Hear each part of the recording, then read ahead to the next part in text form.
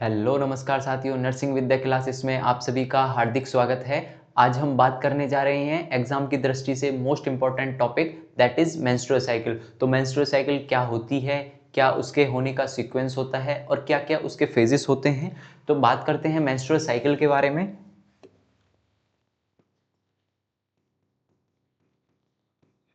Menstrual cycle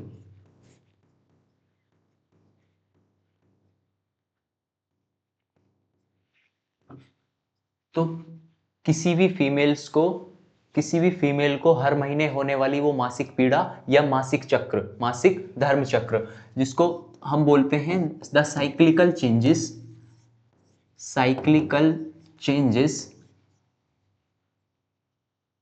in the female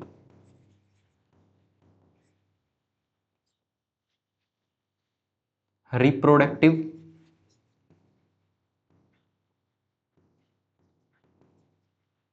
system. तो किसी भी फीमेल के रिप्रोडक्टिव सिस्टम में आने वाले वो साइक्लिकल चेंजेस जिनकी वजह से हार्मोनल चेंजेस किसी भी फीमेल को होता है या उसके रिप्रोडक्टिव सिस्टम में बदलाव आते हैं, जिसकी मेंस्ट्रुअल साइकिल 21 से 35 दिन को फॉलो करती है। मतलब किसी फीमेल में एक 21 डेज की हो सकती है, किसी में 35 डेज की हो सकती है। यदि बात करें मेरे दोस्तों कि average duration of menstrual cycle कितनी है, वो है 28 डेज। ये क्या है? Average duration. Average duration. तो ड्यूरेशन के बारे में हमने बात की कि कितने डेज की होती है, वो 21 से 35 दिन की होती है किसी। और यदि एवरेज के बारे में पूछेगा तो वो 21 डेज की होती है। अभी बात करते हैं ब्लड लॉस। ब्लड लॉस एक मेंस्ट्रुअल साइकिल के दौरान फीमेल के रिप्रोडक्टिव सिस्टम से या थ्रू द वजाइना कितना ब्लड लॉस होता है, वो होता है अराउंड 30 से 80 ml। यदि वहीं पे बात करें एवरेज ब्लड लॉस के बारे में, वो होता है 50 ml, अराउंड 50 ml क्या होता है? एवरेज ब्लड लॉस होता है। अभी बात करते हैं कि मेंस्ट्रुअल साइकिल को हम कैसे काउंट करते हैं। तो फर्स्ट डे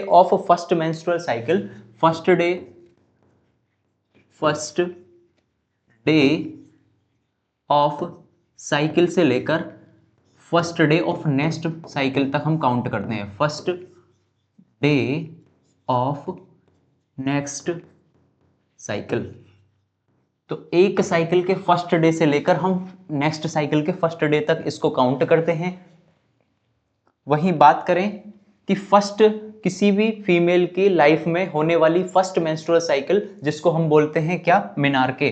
तो first menstrual cycle is known as the menarche. Menarche क्या होता है? First menstrual cycle. First menstrual cycle in the life of female. In the life of female वो कब होती है? At the age of puberty. At the age of puberty. At puberty. तो puberty की age क्या होती है यदि बात करें फीमेल्स में या गर्ल्स में? तो होती है 10 to 12 ईयर्स। यदि वहीं पे बात करते हैं कि मेल्स में कितनी होती है? 11 to 13 ईयर्स। तो प्यूबर्टी की एज दोनों में डिफरेंट होती है। वहीं पर एक क्वेश्चन आता है कि यदि किसी भी कि लास्ट मेंस्ट्रुअल साइकिल को हम क्या बोलते हैं? तो उसको बोलते हैं मिनोपॉज। क्या बोलते हैं? मिनोपॉज। तो menopause is the cessation of menstrual cycle for the 12 months और कंसेक्यूटिवली। ठीक है, तो लास्ट मेंस्ट्रुअल साइकिल जो कितने अराउंड 45 से 50 ईयर्स के अराउंड होती है। ठीक है, तो फर्स्ट मेंस्ट्रुअल साइकिल जिसको हम बोलते हैं मिनार्की और लास्ट मेंस्ट्रुअल साइकिल उसको बोलते हैं मिनोपॉज। अभी बात करते हैं कि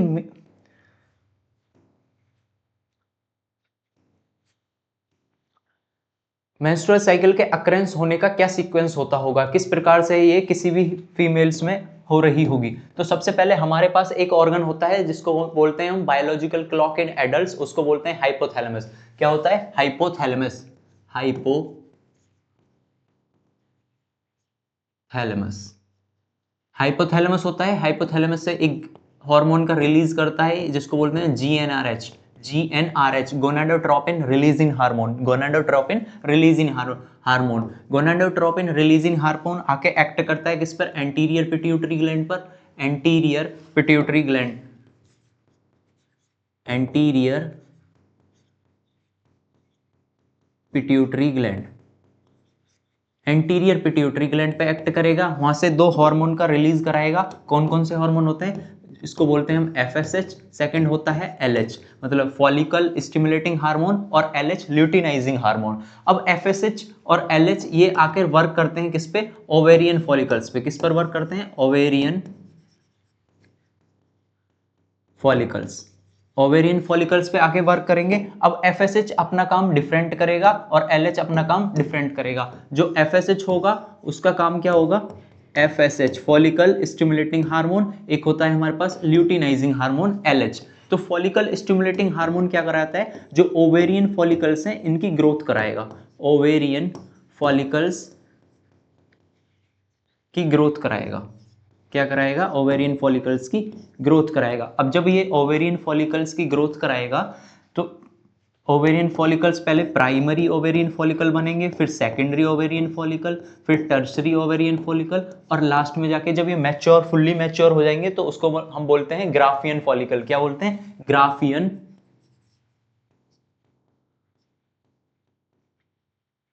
फॉलिकल्स। जब ग्राफियन फॉलिकल्स हमारे बन जाएंगे तो ग्राफियन फॉलिकल्स बनने के बाद,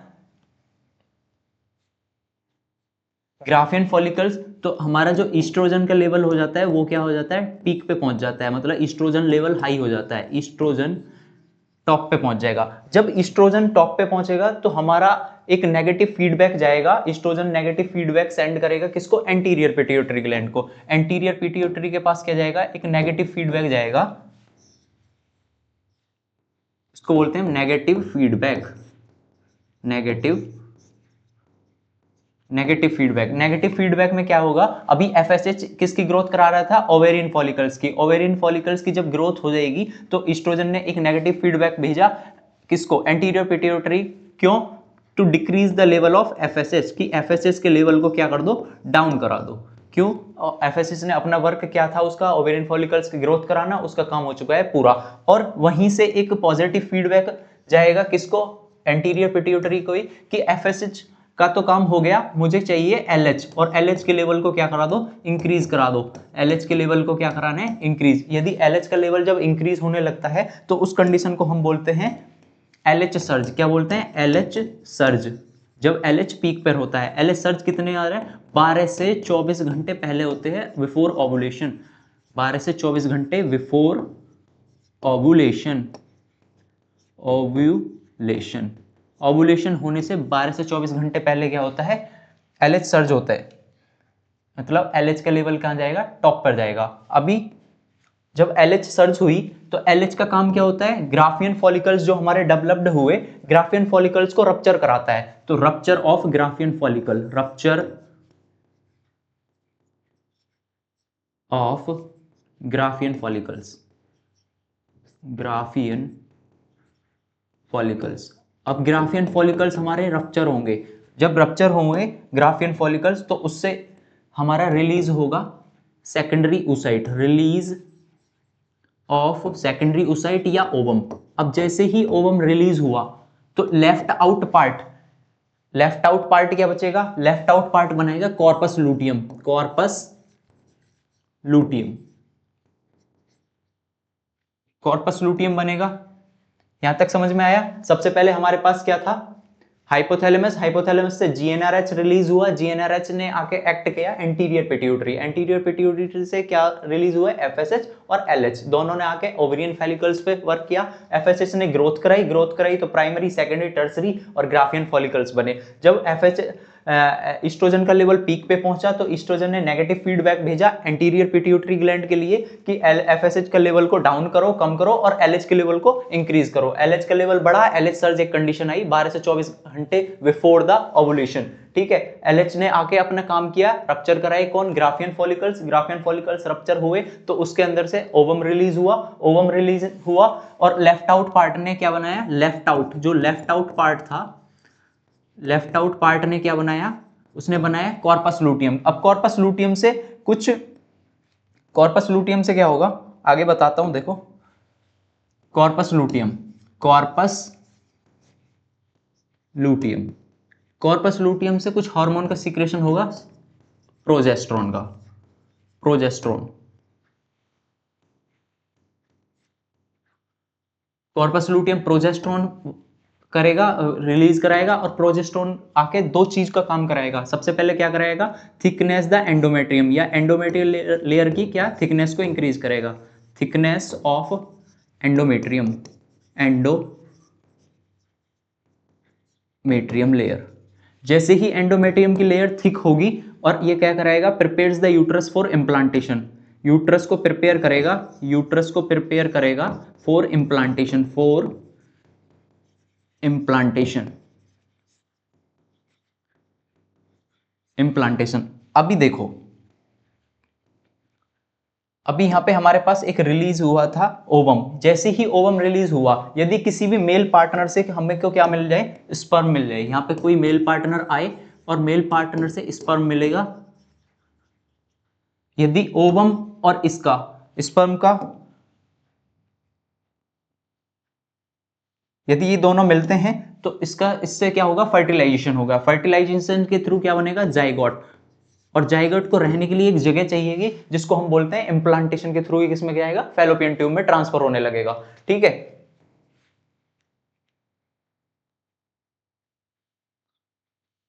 यदि मेल पार्टनर से स्पर्म नहीं आता है तो ओवम की जो वाइबिलिटी होती है ये कितने टाइम के लिए होती है, ओवम वाइबल रहता है 12 से 24 घंटे के लिए। तो ओवम क्या करेगा, 12 से 24 घंटे के बाद में क्या होने लगेगा, डाई होने लगेगा, मरने लगेगा। तो यदि if the fertilization does not occur, यदि फर्टिलाइजेशन नहीं होता है, कॉर्पस लूटियम ने प्रोजेस्टेरोन सीक्रेट करा, प्रोजेस्टेरोन ने आके वर्क किया, एंडोमेट्रियम के लेयर को थिक किया, यूट्रस को इंप्लांटेशन के लिए प्रिपेयर करा। यदि वहां से इंप्लांटेशन फर्टिलाइजेशन प्रोसेस नहीं होता है, if fertilization does not occur, if fertilisation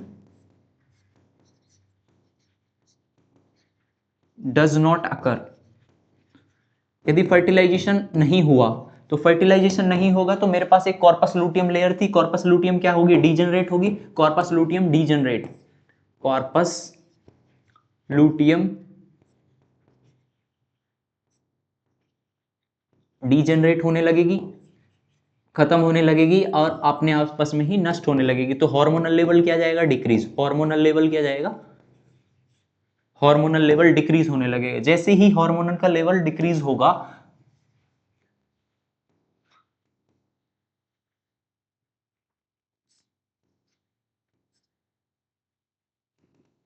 shredding of endometrium फिर से स्टार्ट हो जाएगी, shredding of endometrium.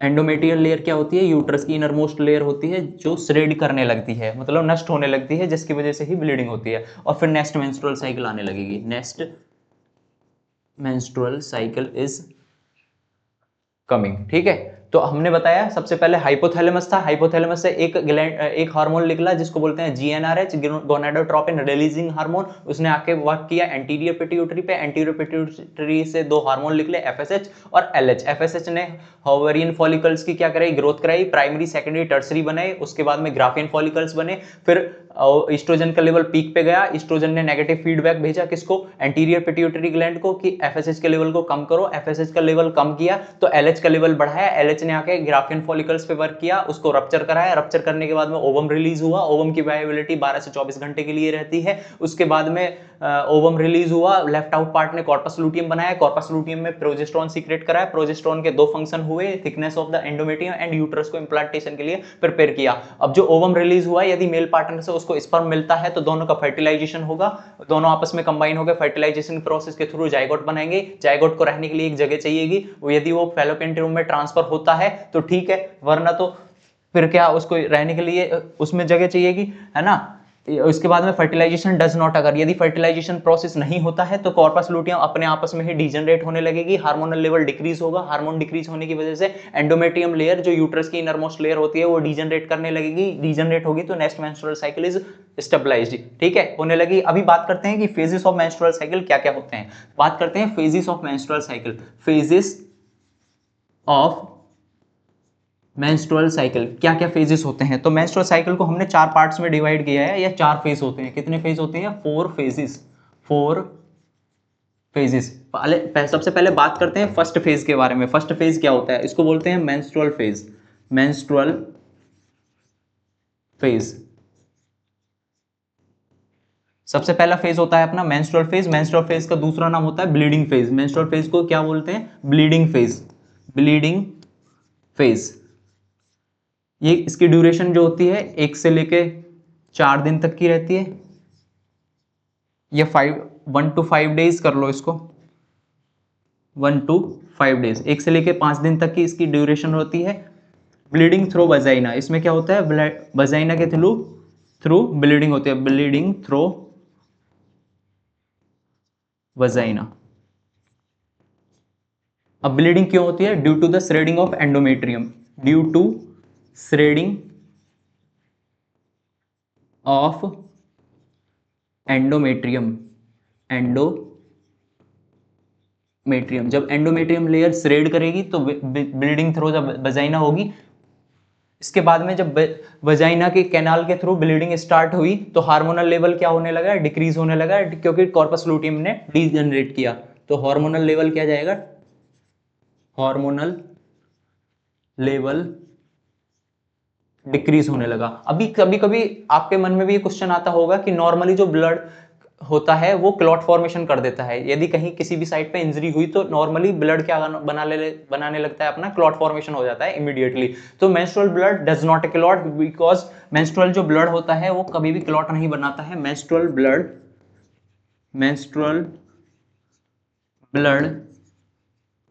Does not clot. क्यों? Due to fibrinolysin. Due to fibrinolysin क्या होता है? एक एंजाइम होता है। फिब्रिनोलाइसिन एक एंजाइम होता है जो क्या कराता है? क्लॉट को डिसॉल्व कराने में मदद करता है। तो ये ऑलरेडी किस में प्रेजेंट है? किसमें? मेंस्ट्रुअल ब्लड में। So the menstrual blood does not clot. ठीक है। फर्स्ट मेंस्ट्रुअल साइकिल क्या है? फर्स्ट फेज क्या है? मेंस्ट्रुअल फेज है, ब्लीडिंग फेज है, 1 से 5 दिन के लिए होता है। ब्लीडिंग थ्रू द वेजाइना होगा और कॉर्पस लूटियम डीजनरेट होगी तो हार्मोनल लेवल डाउन जाएगा। अभी बात करते हैं सेकंड फेज के बारे में। सेकंड फेज अपना क्या होता है? फर्स्ट था मेंस्ट्रुअल फेज, सेकंड फेज होता है प्रोलिफरेटरी फेज।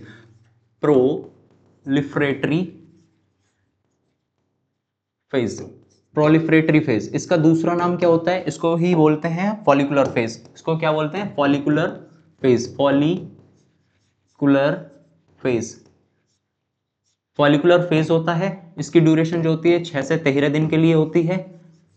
इसमें क्या होता है? जो ओवेरियन फॉलिकल्स थे वो क्या होंगे? मैच्योर होंगे। ओवेरियन फॉलिकल्स मैच्योर होंगे। प्राइमरी बनेगा, सेकेंडरी बनेगा, टर्सरी बनेगा और फिर लास्ट में जाके फॉलिकल्स क्या बना लेंगे? ग्राफियन फॉलिकल बनाएंगे। ग्राफियन फॉलिकल्स बनेंगे। अब ग्राफियन फॉलिकल्स क्या होंगे बाद में? वो रप्चर होंगे। क्या होंगे? रप्चर। तो जैसे ही ये रप्चर होने लगेंगे तो नेक्स्ट फेज अपना स्टार्ट हो जाता है। थर्ड फेज का दूसरा नाम क्या होता है? उसको बोलते हैं ओवुलेटरी फेज। ये कब होता है? Eight 14th day. 14वें दिन पे होता है, एट 14th डे। ठीक है। इसमें क्या होगा? जो ओवेरियन फॉलिकल से हमारे ग्राफियन फॉलिकल्स बने थे तो वो क्या होगा? रप्चर होगा। रप्चर ऑफ ग्राफियन फॉलिकल हुआ। ग्राफियन फॉलिकल्स रप्चर हुए। रप्चर होने के बाद में हमारा क्या मिला? ओवम मिला। ठीक है। इसी को बोलते हैं मोस्ट फर्टाइल फेज। इसी को क्या बोलते हैं? मोस्ट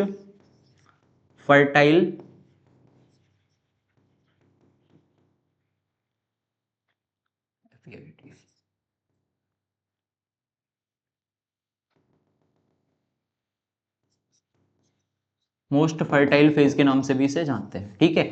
अब क्या हुआ होगा? ओवम रिलीज हुआ। ओवम की वायबिलिटी 12 से 24 घंटे की थी। मोस्ट फर्टाइल फेज होता है, मतलब there are highest chances of occurrence of pregnancy. किस फेज में होते हैं? ओवुलेटरी फेज में। ठीक है। अब नेक्स्ट बात करते हैं नेक्स्ट फेज के बारे में। नेक्स्ट फेज था अपना सीक्रेटरी फेज। सीक्रेटरी फेज का ही दूसरा नाम क्या होता है? Luteal phase. LUTEAL luteal phase. Luteal phase, इसकी जो ड्यूरेशन होती है 15 से लेके 28 डेज तक होती है। कितने? 15 से लेके 28 दिन तक होती है। ठीक है, इसमें क्या था, जो लेफ्ट आउट पार्ट था, जब ग्राफिन फॉलिकल्स रप्चर हुआ, रप्चर होने के बाद में उसने ओवम बनाया, जब वो लेफ्ट आउट पार्ट था उसने क्या बनाया था? Corpus luteum. Corpus luteum, corpus luteum बनी। कॉर्पस लूटियम से मैंने बताया क्या सीक्रेट होता है? एक हार्मोन प्रोजेस्टेरोन। ठीक है, प्रोजेस्टेरोन का लेवल हाई हुआ तो प्रोजेस्टेरोन ने क्या बनाया? दो काम करता है, एक तो एंडोमेट्रियम को इसने थिक कराया, एंडोमेट्रियम लेयर को, एंडोमेट्रियल थिकनेस को इंक्रीज करा, उसको इंक्रीज कराया। नेक्स्ट इसने क्या करा? Prepares the uterus for implantation, uterus को प्रिपेयर करा फॉर इम्प्लांटेशन, फॉर इम्प्लांटेशन। अब जब जाइगोट का फॉर्मेशन नहीं होता है, मतलब फर्टिलाइजेशन प्रोसेस नहीं हुआ, जब फर्टिलाइजेशन प्रोसेस नहीं हुआ तो उसके बाद में उसने क्या बना? If fertilization does not occur, fertilization does not take place, जब फर्टिलाइजेशन नहीं हुआ तो कॉर्पस लूटियम ने क्या होने लगी? डीजनरेट हुई। Corpus luteum, corpus luteum degenerate, degenerate हुई। उसके बाद में क्या हुआ? हार्मोनल लेवल डाउन गया, हार्मोनल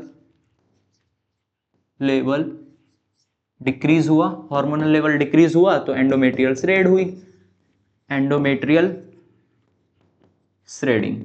एंडोमेट्रियल श्रेड होने की वजह से नेक्स्ट मेंस्ट्रुअल साइकिल स्टेबलाइज्ड हुई, नेक्स्ट मेंस्ट्रुअल साइकिल होने लगी। तो इस तरीके से क्या होता है, ये चार फेज थे। फर्स्ट फेज था ब्लीडिंग फेज, नेक्स्ट फेज था प्रोलिफरेटिव फेज, थर्ड फेज था ओवुलेटरी फेज और नेक्स्ट था सीक्रेटरी या ल्यूटियल फेज। इसी को लार्जेस्ट फेज बोलते हैं क्योंकि 15 से 28 दिन का होता है। इसी को क्या बोलते हैं? Largest phase, largest phase. ठीक है, तो मैंने अभी आपको बताया, ये सभी आपको बताया अभी मेंस्ट्रुअल साइकिल के बारे में। आई होप आपको ये वीडियो पसंद आई होगी। यदि वीडियो पसंद आई तो वीडियो को लाइक कर देना, चैनल को सब्सक्राइब कर देना ताकि आगे आने वाली वीडियोस की इंफॉर्मेशन आपको जल्द से जल्द प्राप्त होती रहे। Thank you.